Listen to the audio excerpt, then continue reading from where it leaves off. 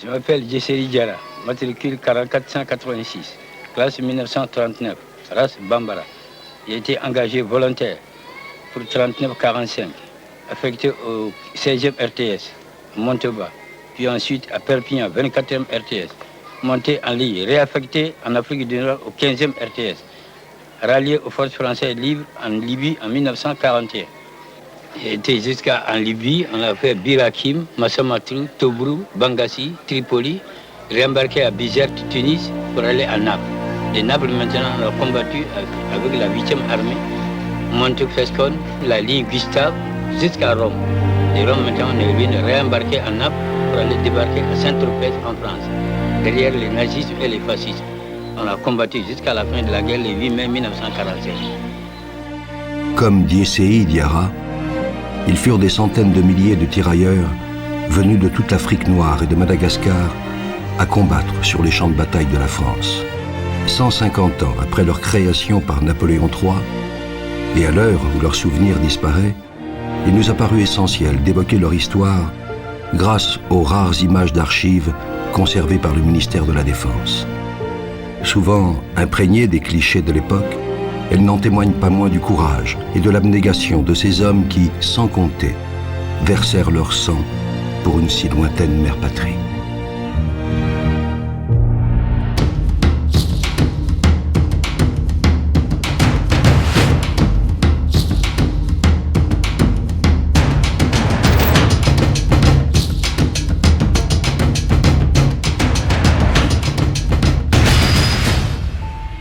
Dès le XVIe siècle, les navigateurs européens qui prospectent les côtes du continent noir engagent des équipages africains. L'installation de comptoirs commerciaux, l'extension de la traite négrière et la rivalité qui oppose bientôt les nations européennes outre-mer les conduisent à recruter de plus en plus d'auxiliaires autochtones. À l'embouchure du fleuve Sénégal, la première colonie française s'établit à Saint-Louis, au milieu du XVIIe siècle. Pour la défendre, et suppléer à la faiblesse des garnisons que déciment les maladies tropicales, la marine engage quelques soldats et marins indigènes, c'est-à-dire recrutés sur place, nommés laptos. Un siècle plus tard, la pénétration à l'intérieur des terres impose aux troupes de marine la formation d'une véritable force militaire africaine. Après diverses tentatives, c'est Louis Faidherbe, gouverneur du Sénégal, qui obtient de l'empereur Napoléon III que soit créé, le 21 juillet 1857, le corps des tirailleurs sénégalais. Le rachat des captifs libérés par la suppression de l'esclavage depuis 1848 et la promesse de primes, butins permettent de disposer d'un premier régiment en 1884.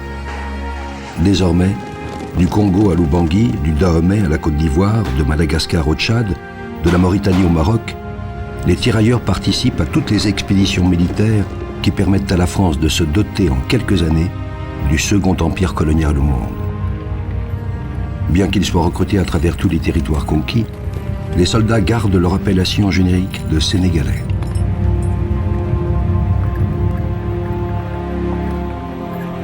Lorsque le capitaine Marchand entreprend la traversée d'ouest en est de tout le continent africain, il fait entrer les hommes à la Chéchia rouge dans la légende nationale.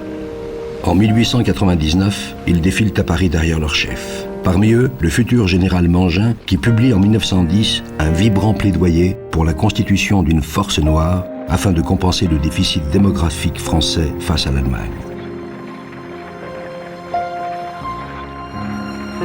Le 14 juillet 1913, le drapeau du premier régiment de tirailleurs sénégalais reçoit la Légion d'honneur. Un an plus tard, dès la déclaration de guerre, les tirailleurs et artilleurs sénégalais et malgaches envoient en métropole 10 bataillons, près de 10 000 hommes, soit le quart de leurs effectifs. Venus du Maroc, d'Algérie, du Sénégal ou de Madagascar, de valeur très inégale sur le plan de l'entraînement au combat, les unités sont directement plongées dans la bataille de la Marne et de l'Isère. Soumis aux ravages des tirs d'artillerie et aux rigueurs d'un climat continental qu'aucun ne connaissait, les Africains subissent, comme leurs camarades français, de lourdes pertes. Le mythe d'une Afrique inépuisable réservoir d'hommes que certains avaient hâtivement tiré des théories de Mangin s'effondre.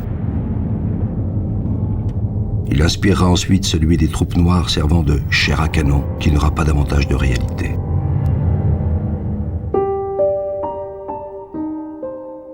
Pour tenter de remédier aux pathologies pulmonaires qui affectent les combattants revenus du front, pour instruire et acclimater les dizaines de milliers de recrues qui continuent à débarquer d'Afrique, le commandement fait construire d'immenses camps autour de Fréjus et de Saint-Raphaël.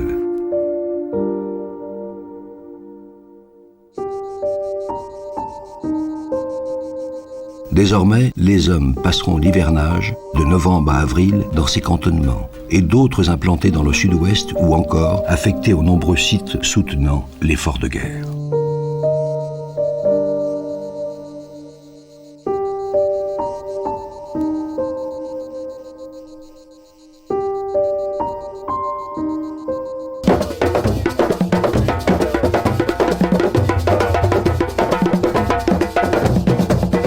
Pour les populations civiles, c'est bien souvent la première occasion de rencontrer des Africains.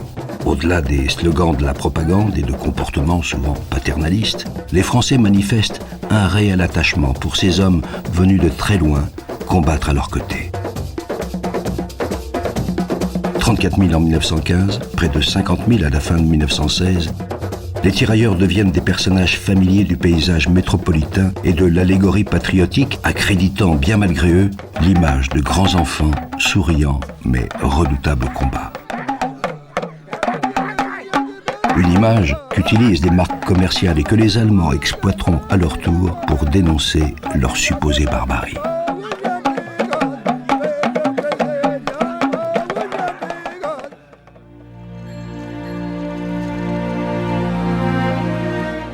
Avec l'extension de la guerre, les troupes noires sont acheminées vers de nombreux autres fronts, contre les colonies allemandes d'Afrique et en Turquie, aux Dardanelles, où en avril 1915, les Alliés tentent de prendre le contrôle du Bosphore.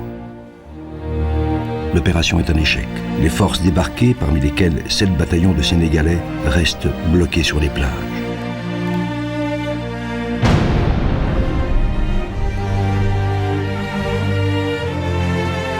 Peu après, des milliers de tirailleurs sont déployés dans les Balkans pour soutenir la Serbie envahie.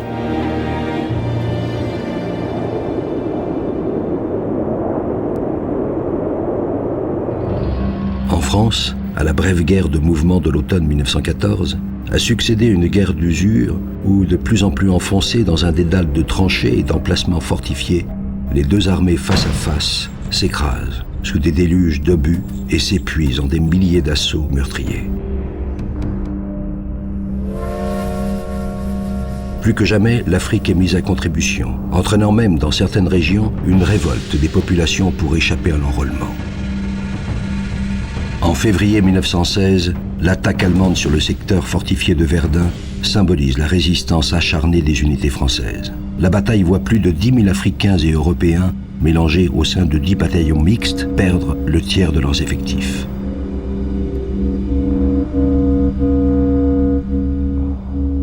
L'année suivante, le général Nivelle, avec à ses côtés le général Mangin, auréolé de ses succès devant Verdun, déclenche une offensive sur la Somme qui se veut décisive et n'hésite pas à y lancer 35 bataillons africains. Attaquant sur un glacis dénudé, sous la pluie et la neige, avec une préparation d'artillerie insuffisante, sur les 16 000 tirailleurs partis à l'assaut, 7 500 sont mis hors de combat. Un peu partout sur le front éclatent des mutineries qui ne concernent pas les Sénégalais.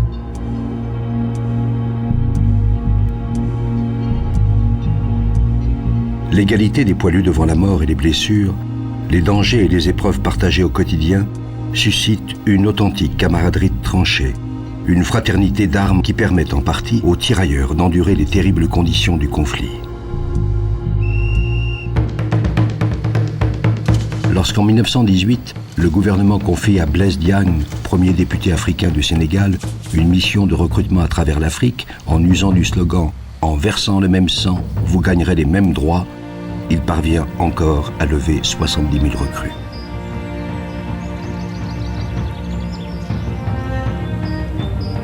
La guerre mobilise quantité d'hommes sur les arrières pour approvisionner le front, entretenir les voies de communication, garder ou assurer la manutention dans les gares et les innombrables dépôts de munitions et de matériel.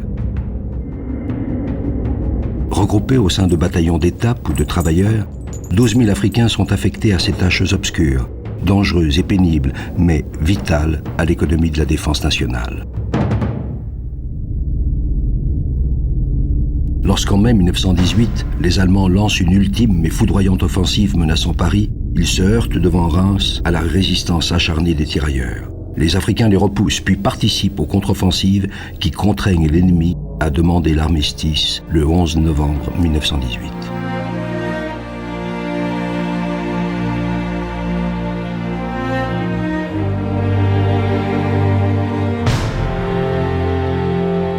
En Macédoine, sur le front d'Orient, les bataillons sénégalais font preuve d'une rare ténacité.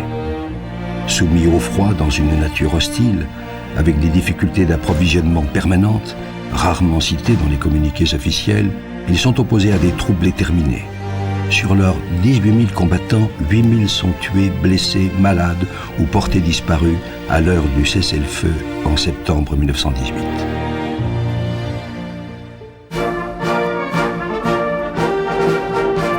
En associant largement les troupes noires aux cérémonies de la victoire, la France reconnaît les lourds sacrifices humains et économiques supportés par les colonies africaines pendant ces 4 années de guerre. Pour l'Afrique occidentale et équatoriale, 184 000 soldats recrutés, dont 134 000 sont envoyés sur les divers fronts. 29 000 tués et disparus, 36 000 blessés. Pour les Somalies et l'Océanie, 3 501 combattants, dont 807 tués. Pour Madagascar, 40 000 recrues, dont 2 400 furent tués. Des pertes comparables à celles des Européens, mais qu'aggravent les nombreuses promesses d'égalité et d'émancipation qui ne seront pas honorées.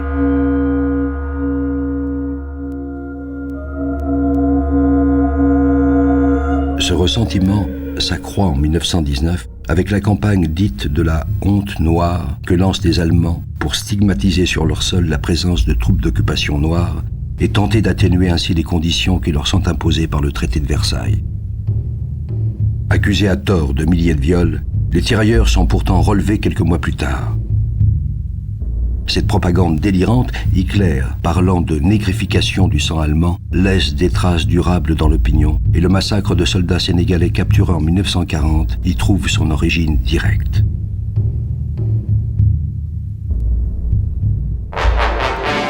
La France dispose désormais de la première armée du monde, mais affaiblie par la Grande Guerre, elle s'appuie plus que jamais sur ses troupes d'outre-mer pour assurer la souveraineté de son empire colonial, notamment dans les territoires dissidents comme en Syrie ou au Maroc. Dans ce pays, la guerre du Rif déclenchée en 1925 nécessite l'engagement de plus de 18 000 tirailleurs et cause la disparition de milliers d'entre eux.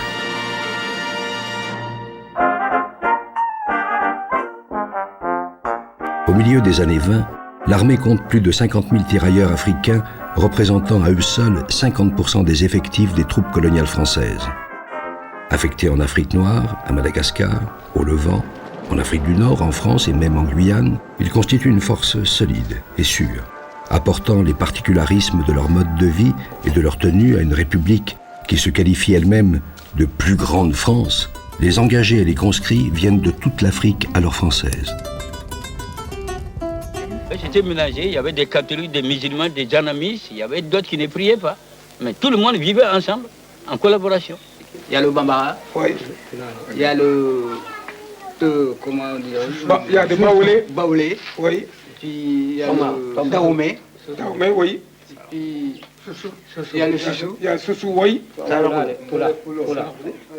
Tous les races des Africains. Des poulots.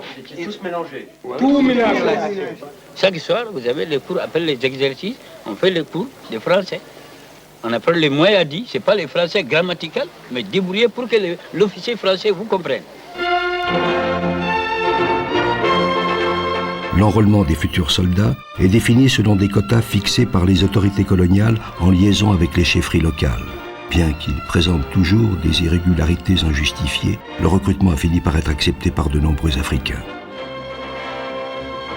Peu de mesures concrètes incitent à la promotion de cadres indigènes, mais le métier de tirailleur est un gage de sécurité financière et offre des perspectives d'emploi dans l'administration à l'heure de la retraite.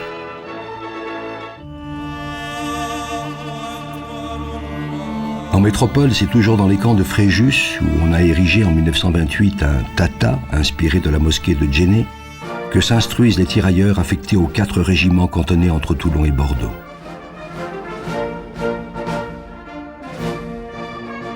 Figures emblématiques de la geste impériale, ils sont de toutes les grandes célébrations nationales, en particulier celles des expositions et salons coloniaux qui se tiennent à Paris en 1931 et en 1940. À Paris, le président de la République inaugure le 2e salon de la France d'outre-mer, expression de la richesse et de la puissance de la France des 5 parties du monde, hommage à nos populations d'outre-mer et à l'aide considérable qu'elles apportent à la métropole, fête de l'armée coloniale, fête de notre empire si vaste que le soleil ne s'y couche jamais. À l'heure où la guerre contre l'Allemagne semble inévitable, c'est à nouveau vers l'Empire et ses troupes coloniales que se tourne la France, et les slogans tels « L'Empire, ce sont 2 millions de soldats et 500 000 travailleurs » tentent de conjurer la menace ennemie. Finalement, en mars 1940, 63 000 combattants africains et 14 700 malgaches sont en position sur les fronts du Nord-Est et des Alpes. Bien peu en réalité par rapport aux 2 400 000 mobilisés du corps de bataille. En quelques semaines, nous avons pu mobiliser plus de soldats dans nos possessions d'outre-mer qu'on ne l'avait fait de toute la guerre 14-18. D'un élan enthousiaste, ils apportent leur coopération à la France en guerre, côte à côte et vaillance pour vaillance, avec les gars de nos villages en vrais Français.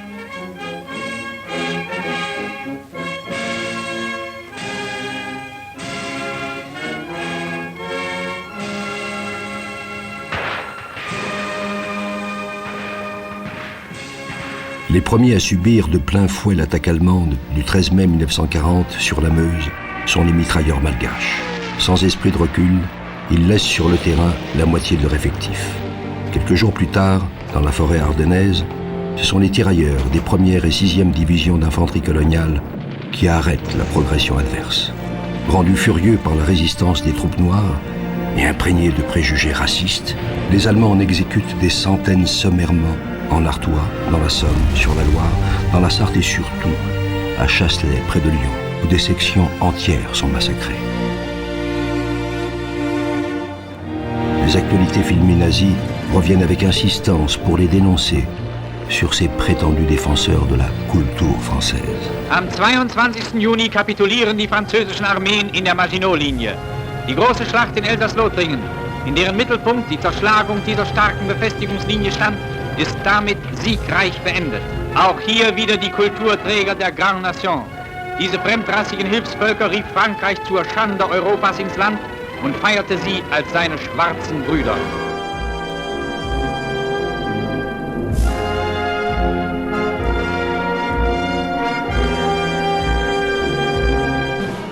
Selon des estimations fragiles, établies à l'issue des combats, entre 30 000 et 50 000 Africains et Malgaches prennent le chemin de la captivité, tandis que près de 5 000 auraient péri pendant les 2 mois d'affrontement.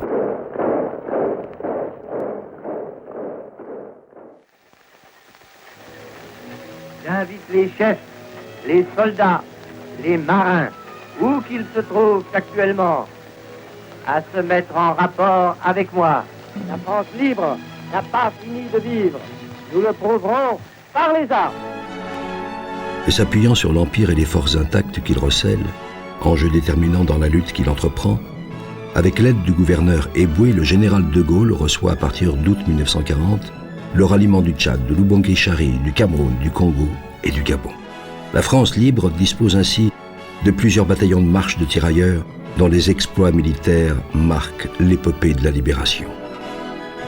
À commencer par les volontaires du Tchad qui accompagnent le futur général Leclerc dans ses raids audacieux à travers le désert du Fezzan et s'emparent de Koufra dès mars 1941. Culbutant des forces italiennes largement supérieures en nombre et en matériel, ils apportent leur première victoire aux troupes gaullistes et assurent leur légitimité aux côtés des Anglais. En mai et juin 1942, à Bir Hakeim, en plein désert libyen, sous le commandement du général Koenig, La première brigade française libre, au sein de laquelle figure le bataillon de marche de Lubangui-Chari et les canonniers africains du 1er régiment d'artillerie, tient tête pendant plusieurs semaines aux bombardements aériens et aux attaques répétées lancées par l'Africa Corps du général Rommel. Aux limites extrêmes de leurs moyens de combat et sur ordre, les unités parviennent à rompre le siège et à regagner les lignes britanniques.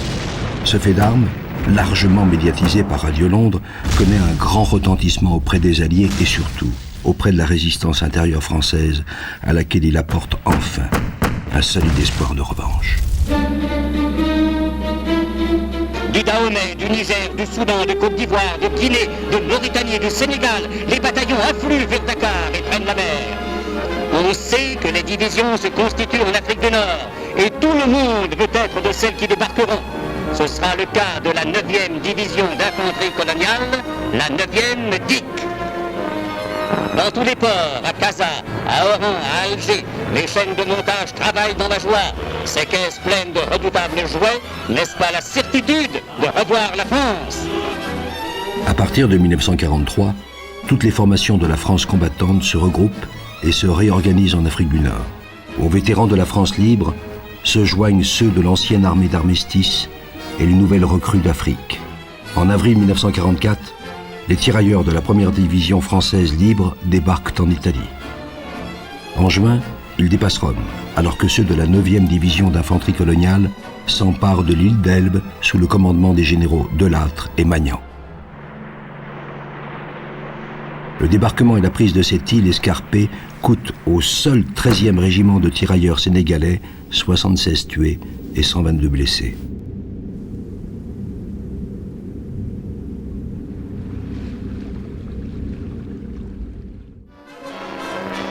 Le 16 août, le premier élément de la division de combat team du colonel Salin embarque dans la baie d'Ajaccio. Point d'atterrissage inconnu.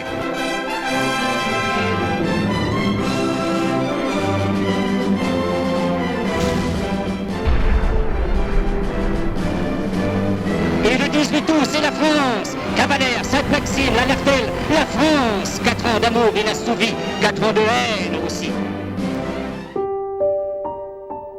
Parmi les 150 000 premiers combattants alliés qui atteignent les côtes de Provence en août 1944, 40 000 sont français, dont un peu plus de 10 000 tirailleurs. Beaucoup découvrent la France pour la première fois, mais les combats acharnés laissent peu de place à la liesse populaire. Pour libérer Toulon, le 6e régiment de tirailleurs sénégalais perd 587 tués, blessés et disparus. Dans la France occupée, près de 10 000 tirailleurs demeuraient toujours prisonniers des Frontstalags allemands. Malgré les difficultés à se dissimuler, 4 000 évadés ont rejoint les maquis et ils luttent du Vercors à la Dordogne, ou comme sur ces images à Rennes, où ils défilent après avoir pris part à la libération de la capitale bretonne. Quant aux unités africaines débarquées en Provence, elles poursuivent leur mouvement vers les Vosges. En octobre 1944, le froid d'un hiver particulièrement rude, l'usure des soldats qui pour certains sont engagés sans répit depuis 2 ans, et la volonté des autorités de voir les jeunes Français participer plus activement au dernier feu de la libération, conduisent, selon les termes d'époque, à blanchir les régiments sénégalais. Séparés des chefs qui les avaient conduits à la victoire, les tirailleurs vivent difficilement ce blanchiment, un sentiment que tempèrent les défilés de la victoire et la perspective d'un prochain rapatriement dans leur pays d'origine. Pour les anciens prisonniers, le retour est plus difficile encore. Traités de façon inégale selon les camps de regroupement, exaspérés par une injuste régularisation des soldes et indemnités de captivité, les 1280 Africains d'un convoi rapatrié au camp de Tiaroy, près de Dakar en novembre 1944, se révoltent. Menée sans ménagement, la répression du mouvement cause la mort de 35 tirailleurs. Si ce drame passe inaperçu dans une France toujours en guerre, il laisse des séquelles durables dans la mémoire des anciens combattants africains. En revanche, à Chasselet, on n'a pas oublié le sacrifice des tirailleurs abattus par les Allemands en juin 1940. Un monument a été édifié sur les lieux et en 1945, avant de regagner l'Afrique, les dernières troupes sénégalaises présentes sur le sol européen rendent un ultime hommage à leurs frères d'armes. Depuis, cette commémoration s'est perpétuée tous les ans.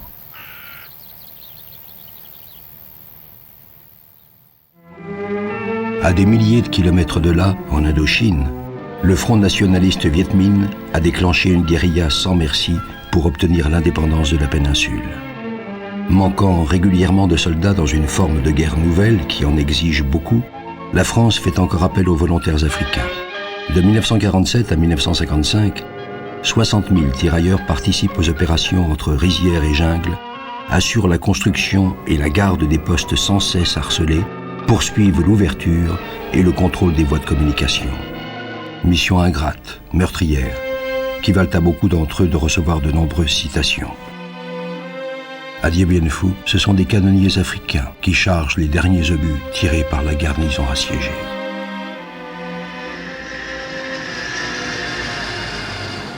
Au moment où en 1955 éclate ce que l'on appellera plus tard la guerre d'Algérie, 21 600 soldats africains stationnent en Afrique noire. Rapidement, 15 000 hommes, soit 8 régiments de tirailleurs, devenus régiments d'infanterie de marine à la fin des années 50, sont engagés aux côtés du contingent métropolitain dans le quadrillage étroit du terrain qui tente d'endiguer l'insurrection algérienne.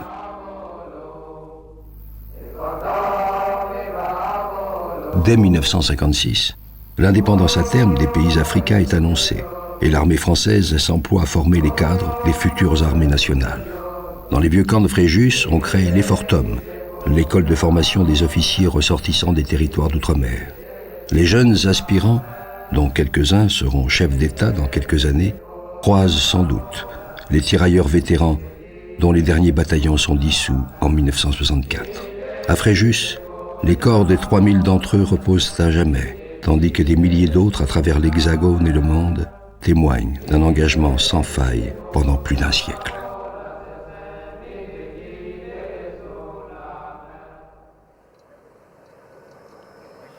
Je suis engagé volontairement le 29 mars 1940 pour défendre la patrie, je peux dire. Alors, il ne sait même pas ce qu'il va trouver devant lui. Alors, il est obligé de partir, on lui a obligé de partir. Pendant la guerre, au moment où ils étaient en forêt, là, quand on est dans la guerre, on pense que la mort est la vie. On avait le courage. On avait le courage de défendre la France, mais on n'avait pas les moyens pour combattre un char de combat. République du Mali. Sergent Entendou Somboro, au nom de la République française, nous vous faisons chevalier de la Légion d'honneur.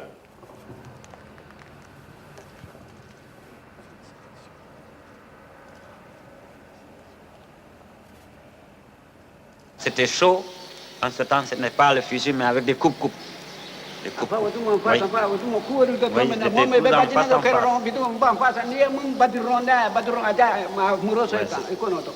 République du Sénégal. Sergent-chef Amadou Ndoye, au nom de la République française, nous vous faisons chevalier de la Légion d'honneur.